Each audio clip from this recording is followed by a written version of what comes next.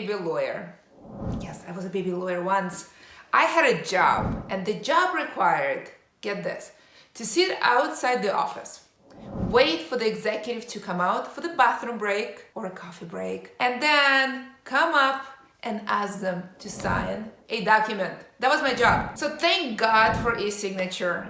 And that is how I was able to acquire actual legal skills, not just being cute and adorable, following executives to the bathrooms. E-signature allowed me to become a good lawyer. I'm a huge fan of e-signature for that very reason. It gives you efficiencies, it helps you save money, it increases accuracy, and most importantly, it frees up space for you to learn and implement actual legal skills and have a huge impact